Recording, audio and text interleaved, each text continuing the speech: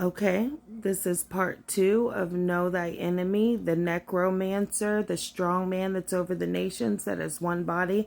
We're coming together because God has given us the power and authority to bind the strong man of necromancy. All right, part 2.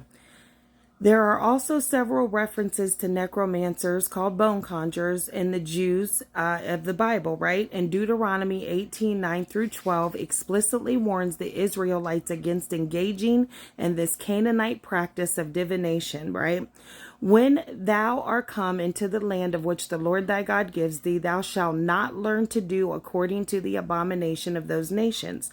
There shall not be found among you any one who makes his son or daughter to pass through fire, or who use divination, or an observer of the times, or an enchanter, or a witch, or a charmer, or a consulter with familiar spirits, or a wizard, or a necromancer. For all who do these things are an abomination unto the Lord, and because of these abominations to the Lord, God drives them out from before thee.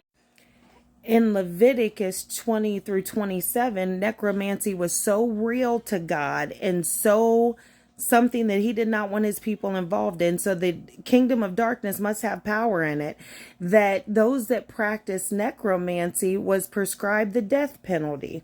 One of the foremost examples was in previous videos we talked about it, was when Saul had the witch of Endor invoke the spirit of Samuel at a ritual conjuring pit, right?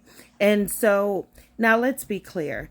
When these persons that's been infiltrated in darkness is using necromancy in their artistry on the stages, when they do their music videos, things like that, when they're using this, there's just demons that they're conjuring, and those demons, they're full of them, they're possessed. Some of them, like Beyonce and them, they're possessed from the demonic spirit of necromancy on the highest level, right? And then as they're giving that out, their music, their dance moves, all of that, or just in regular witchcraft, regular Joe Schmoes that you might know that you work with, as they're doing all of that stuff and they're coming into our atmosphere and they're speaking to us, right? Some of the things they say could be planting seeds. That's why it's so important that we have on our whole armor of God every single day, that we are asking God and discerning what's going on with him every moment of every day, and consulting with him